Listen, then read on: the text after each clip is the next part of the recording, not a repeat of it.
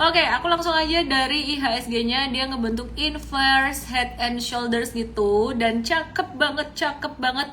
Terus sentimen dari Amerika tuh kadang-kadang dovish, kadang-kadang hawkish ya. Jadi kadang-kadang bullish, kadang-kadang ini. Jadi hawkish dovish tuh maksudnya gimana sih? The Fed itu kadang-kadang dia agresif ya, naikin suku bunga, terdengar seperti itu. Kadang-kadang terdengar kayak oh ini nggak agresif lagi. Jadi yang benar gimana? FOMC meeting bilang kenaikan suku bunga akan terbatas, tapi jumlah pengangguran dikit gitu. Jadi pasar tenaga kerja itu ketat, artinya mau cari tenaga kerja susah, jadi gaji karyawan bisa tinggi, bisa menghasilkan inflasi lebih tinggi. Terus kemudian US Treasury bond yield 10 years itu naik.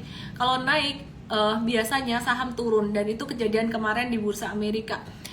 Jadi banyak yang bingung dengan beberapa kejadian ini tuh sebenarnya arahnya kemana. Aku sih simple aja, aku patokannya aku ngelihat chart ya, baik chart dari US dollar, chart dari US 10 years treasury bond yield-nya, kemudian chart IHSG, dan chart saham-saham itu sendiri.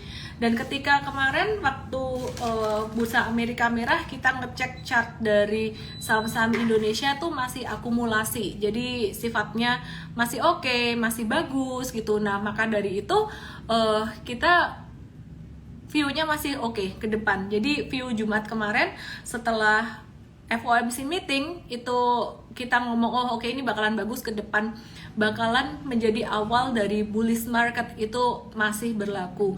Terus ada yang nanya juga untuk invest sendiri, untuk mulai investasi.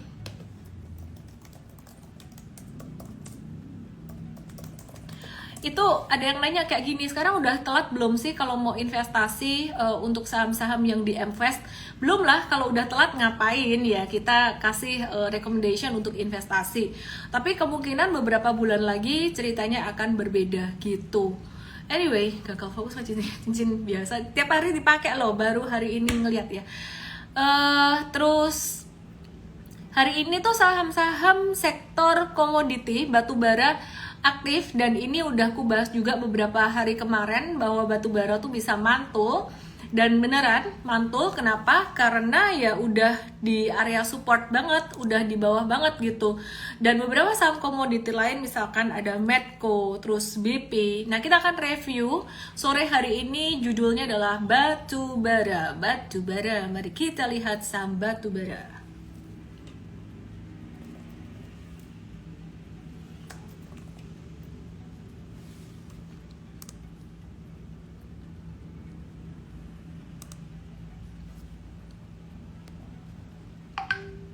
Ini harga coal, Newcastle Coal Futures.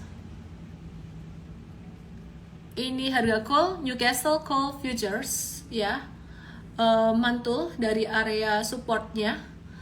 Dan ini normal-normal aja, trennya masih turun nggak? Oh masih tren turun, tapi ini pantulan jangka pendek aja. Jadi sebenarnya batubara ini lebih ke trading jangka pendek. Ayo sekarang kita lihat saham batubaranya ya, masih worth nggak buat dibeli? Mari kita lihat satu-satu saham batubara. Tadi Mtrade ada masuk di saham Doit, Delta Dunia Makmur. Nanti kita akan bahas Doit itu bisnisnya apa. Mari kita lihat.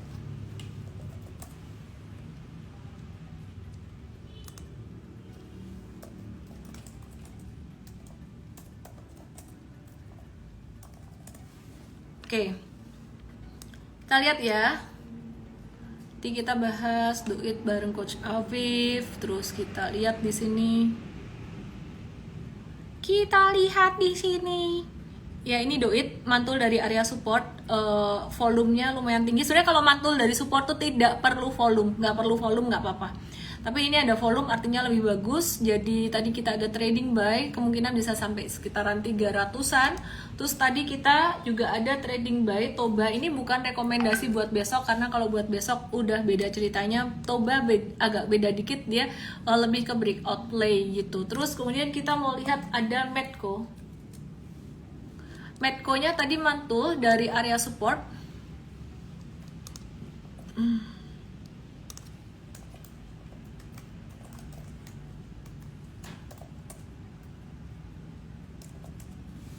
Oke. Ya. Jadi ini Medco-nya mantul dari area support, tapi perkiraan nggak akan sampai 1415 dalam beberapa hari ini, palingan sampai 1330 atau 1360-an aja. Ya, jadi itu Medco-nya. Terus kemudian kita lihat BP. Mari kita lihat BP. BP-nya tadi trading cepat aja ya, jangka pendek aja, jangka pendeknya swing scalping, jangka pendek banget. Untuk BP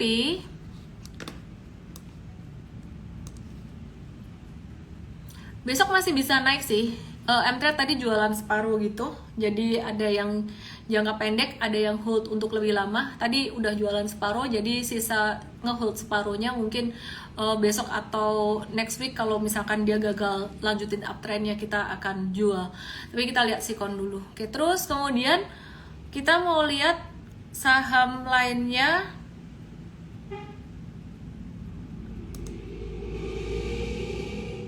Gudang Garam. Gudang Garam ini lagi ada berita ownernya lagi dituntut oleh beberapa bank gitu.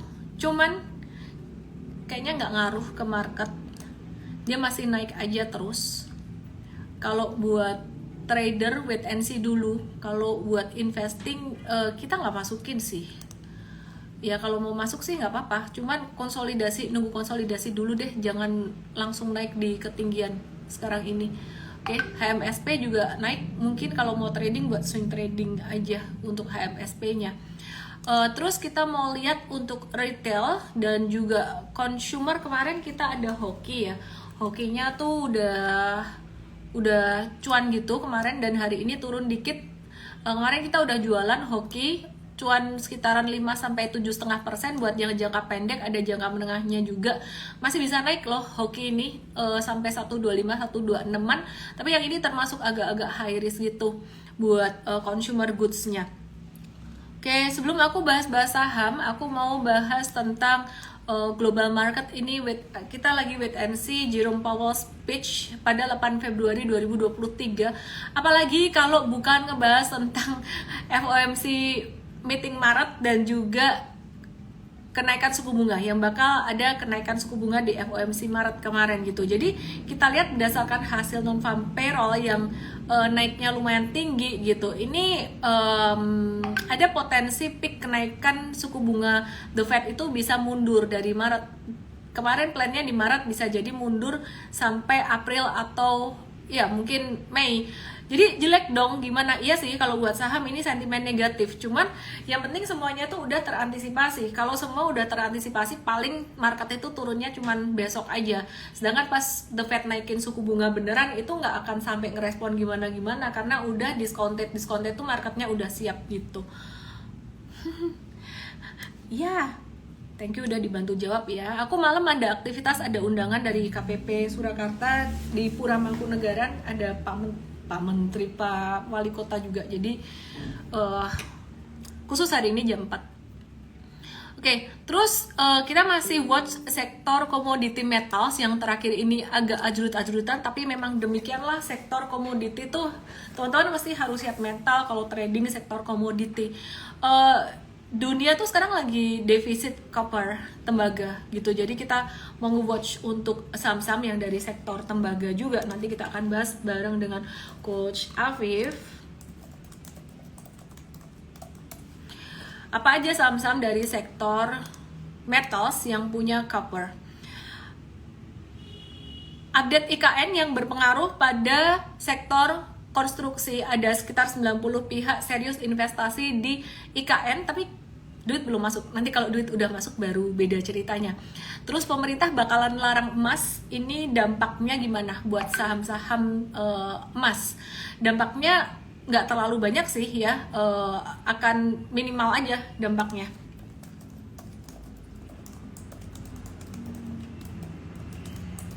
Oke, terus batu bara, tadi aku udah update dikit. Kita akan update lagi untuk saham-saham batu bara yang lainnya.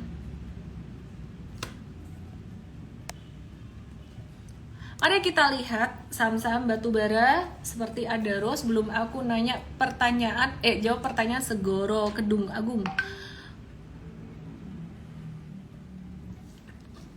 Oke, teman-teman yang mau belajar investasi bersama Invest, ini mumpung masih ada peluang investasi.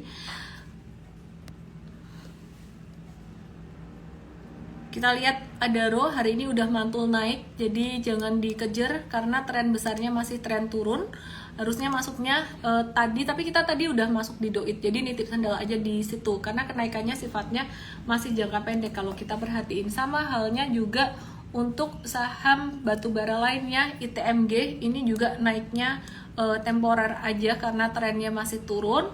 Terus PTBA kita coba lihat untuk PTBA gimana. Ini dia mulai ngebentuk double bottom gitu ya, jadi udah mulai nanggung semuanya. Jadi kalau kayak gini untuk saham-saham komoditas mesti update-nya secara real time. Ada yang nanya properti gimana, properti masih oke, fundamentally oke, bagus untuk hold menengah panjang. Terus Segoro Kedung Agung nanya, sore misalnya mohon insight-nya, apakah yang dimaksud dengan kalau Amerika tak jadi resesi, dunia bisa runyam? Pertanyaan yang sangat bagus sekali. Kenapa? Karena baik Amerika resesi maupun Amerika nggak resesi, orang kalau mau khawatir, ya khawatir aja. Amerika resesi, Amerika nggak resesi, orang kalau mau maju, ya tetap bisa maju aja. Tapi saya paham di sini yang ditanyakan adalah dampak secara ekonominya itu gimana, ya. Kenapa saya ngomong dua hal itu tadi di depan untuk menjadi satu disclaimer dulu bahwa tidak semua view ekonomi ini bakalan terjadi. Semua itu kembali ke diri kita sendiri. Apakah ekonomi kita di 2023 itu akan lebih baik atau enggak? Itu tidak sepenuhnya tergantung pada kondisi eksternal, tapi lebih pada inimu dan inimu, ya. Kayak kemarin yang kita bahas bareng Cigres Tahir. Oke, sekarang aku jawab berdasarkan pandangan ekonominya. Jika Amerika resesi, artinya ya, resesi itu merupakan dampak dari perlambatan perekonomian. Dan memang itu yang dimau oleh Bank Sentral atau The Fed ketika menaikkan suku bunga, dia mau inflasi itu turun. Perputaran uangnya turun. Kalau perputaran uangnya turun berarti ekonomi direm. Kalau ekonomi direm, pertumbuhan perekonomian atau GDP itu bisa melambat, bisa jadi bahkan negatif. Kalau negatif 2 kuartal berturut-turut atau selama 6 bulan, berarti itu resesi. Memang efek dari kenaikan suku bunga ini sudah diprediksi bakalan terjadi seperti itu. Tapi yang terjadi adalah GDP Amerika itu pertumbuhannya bukannya minus, tapi malah positif. Nggak ada tuh tumbuh minus 2 kuartal berturut-turut.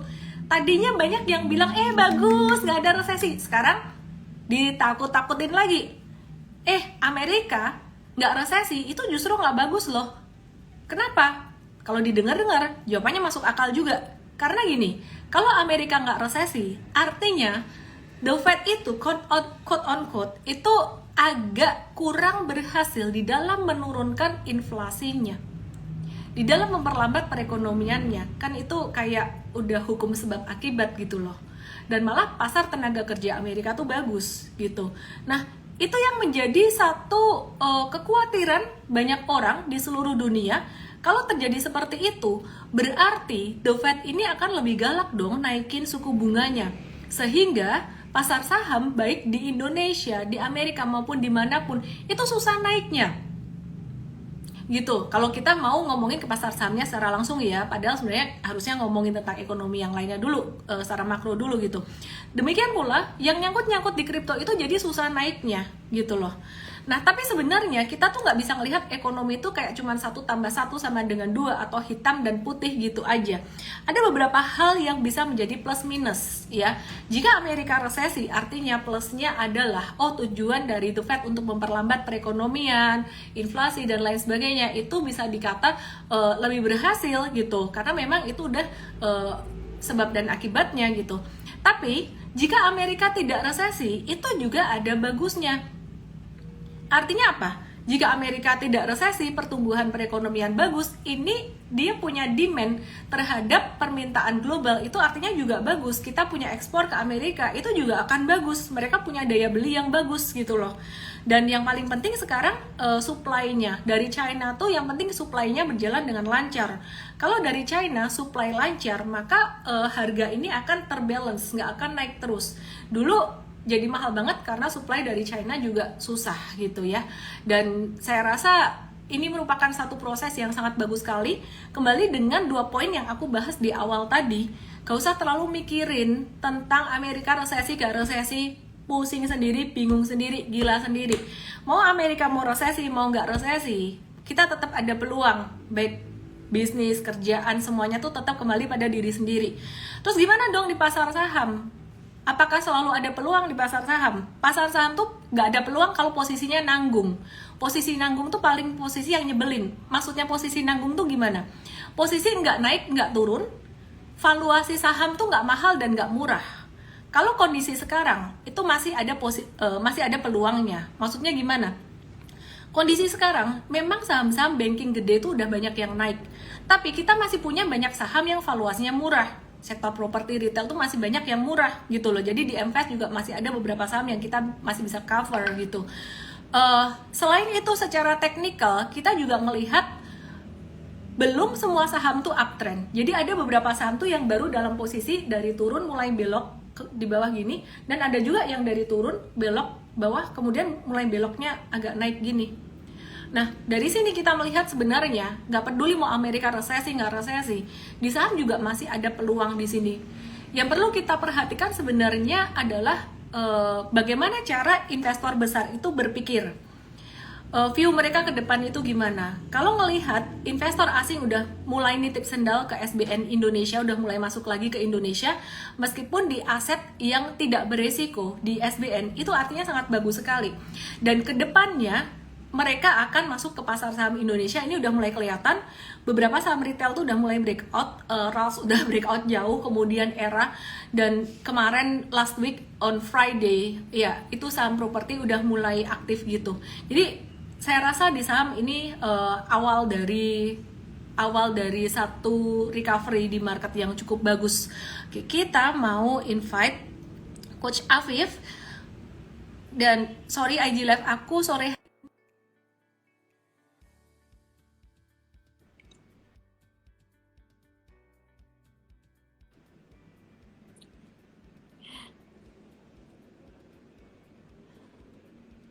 Gucci GJE.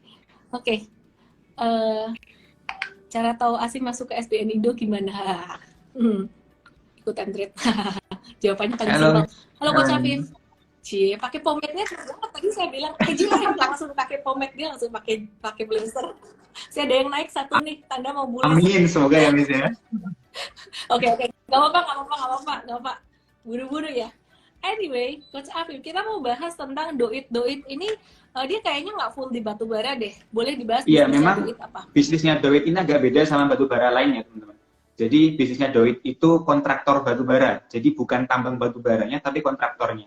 Jadi kalau misalkan teman-teman tahu perusahaan-perusahaan batubara kayak ITMG, Adaro, kemudian PTBA, itu kan mereka punya tambang gitu. Biasanya mereka yang punya tambang itu mereka minta tolong pihak ketiga untuk menggalikan batu baranya gitu. Jadi mereka nggak menggali sendiri, tapi minta tolong pihak ketiga untuk menggalikan gitu. Dan pihak ketiganya itu salah satunya adalah Doit gitu. Jadi Doit ini secara bisnis sama sekali tidak terpengaruh dengan fluktuasi harga batu bara, tapi lebih terpengaruh kepada volume produksi dari emiten yang mereka atau perusahaan yang mereka beri jasa gitu. Jadi kalau misalkan kita bicara tahun lalu itu Indonesia mentargetkan kenaikan dari produksi batubara itu sekitar 8,8%-an lah gitu. Itu positif buat Doit karena volume dari batubara yang mereka gali akan lebih tinggi gitu. Nah, tahun ini gimana? Pemerintah sih rencananya ada kenaikan produksi batubara juga ya, cuma tidak setinggi tahun lalu, cuma sekitar 4,7% gitu. Ya ini bagus buat Doit karena secara volume juga pasti mereka akan naik juga gitu. Tetapi memang nggak setinggi kenaikan yang tahun sebelumnya. Jadi saya rasa Doit so-so aja gitulah. Tapi memang kalau kita bicara Doit, ya teman-teman nggak bisa samakan dengan emiten lain ya, yang memang mereka punya tambang batu bara sendiri. Doit itu sama sekali nggak punya tambang batu bara ya teman-teman. Jadi mereka cuma jasa aja secara bisnis. Mungkin itu Miss, yang perbedaan antara Doit dengan emiten batu bara lain ya. Ini ada yang nanya Aji Live-nya ganti jadwal lagi nggak? Sehari doang. Saya ada invitation dari KPP Surakarta bareng sama Mas Gibran juga, Wali Kota Solo. Yeay! Nanti di-share juga ya di IG ya. Jadi ini hari ini doang jam 4. Oke, terus Coach Afif. Kita mau bahas tentang saham koper ya. Jadi ada permintaan koper yang lumayan tinggi ya, yang tadi kita bahas ada defisit supply koper di dunia. Ini yang bakalan kena imbas tuh emiten apa sih? Terus sama hilirisasi emas, larangan ekspor emas gitu.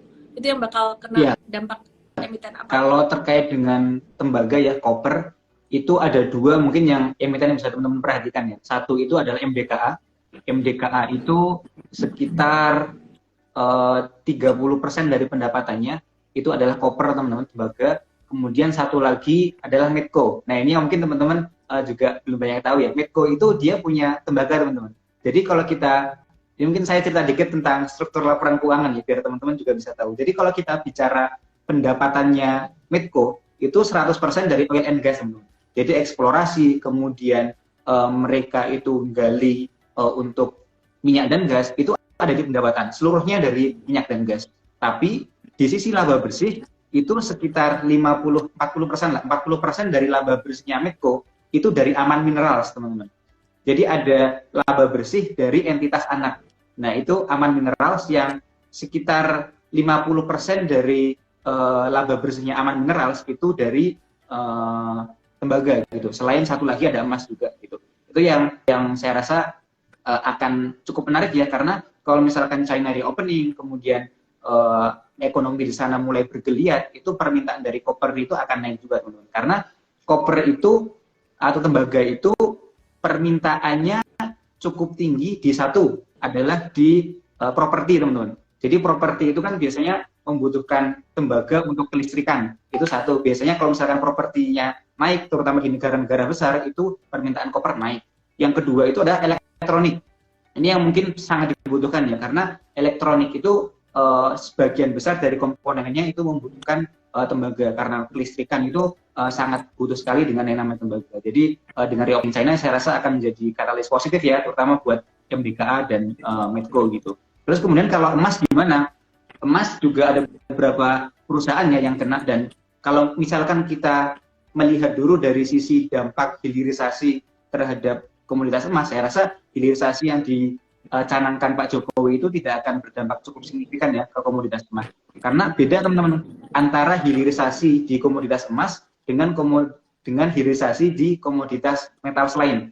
Kalau di komoditas metals lain itu mereka digunakan untuk industrial. Jadi kita mau buat baterai, membuat baterai EV dan sebagainya. Kalau emas itu bukan komoditas untuk industrial, tapi lebih kepada komoditas metals yang ini precious metals yang itu biasanya untuk hedging aja gitu. Biasanya itu emas-emas yang digunakan sebagian besar itu dimasukkan ke BI untuk cadangan devisa gitu. Jadi ya secara permintaan saya rasa tidak akan setinggi dari permintaan hilirisasi buat metals lain gitu. Emiten yang terdampak apa? Mungkin kalau ada dampak, ada beberapa emiten ya, kayak MDKA itu mereka punya metals di sana, punya emas di sana, kemudian Medco juga tadi ada Aman Minerals, Antam juga pasti kena, dan mungkin ada beberapa emiten kecil lain. Oke. Jadi hari ini trading sektor komoditi batubara, karena tadi disebut metals, MDKA. Mari kita simak MDKA-nya bagaimana. Kemarin MDKA lagi support, hari ini nggak mau lanjut naik, nggak mau mantul, kita tetap watch dulu aja MDKA-nya. Terus Antamnya juga kita watch di support ya. Untuk watchlist besok di morning briefing M-Trade ya watchlistnya. Jadi kita bahas di MD M-Trade aja. Antam juga hari ini tadi di support, tapi kita tadi masuk batu bara dulu. Jadi kita masukin watchlist Antam ya, ada saya lihat ini lagi di support potensial. Untuk watchlist yang lainnya kita bahas di morning briefing besok. Terus Teams juga kemarin itu kita habis exit untuk Teams.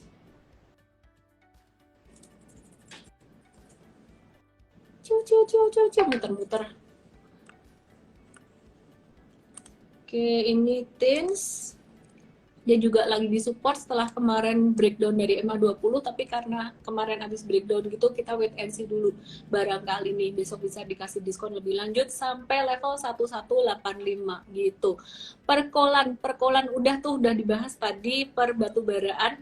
Jadi teman-teman, aku mau simpulkan buat market kali ini ya, teman-teman, kalau ada sentimen-sentimen dari The Fed, jadi kita lagi nunggu Jerome Powell juga, yang mungkin karena data pengangguran Amerika tuh bagus, mereka mungkin akan menunda puncak dari kenaikan suku bunga, yang kalau itu pun terjadi nggak usah takut, nggak usah gimana, itu sementara aja dan semuanya udah terantisipasi, udah terprediksi. Yang paling penting itu, yang paling menakutkan buat trader atau investor itu adalah sesuatu yang tidak terantisipasi atau tidak terprediksi. Tapi kalau misalkan semua udah anticipated, itu biasanya nggak akan fluktuasinya sampai gimana-gimana banget gitu.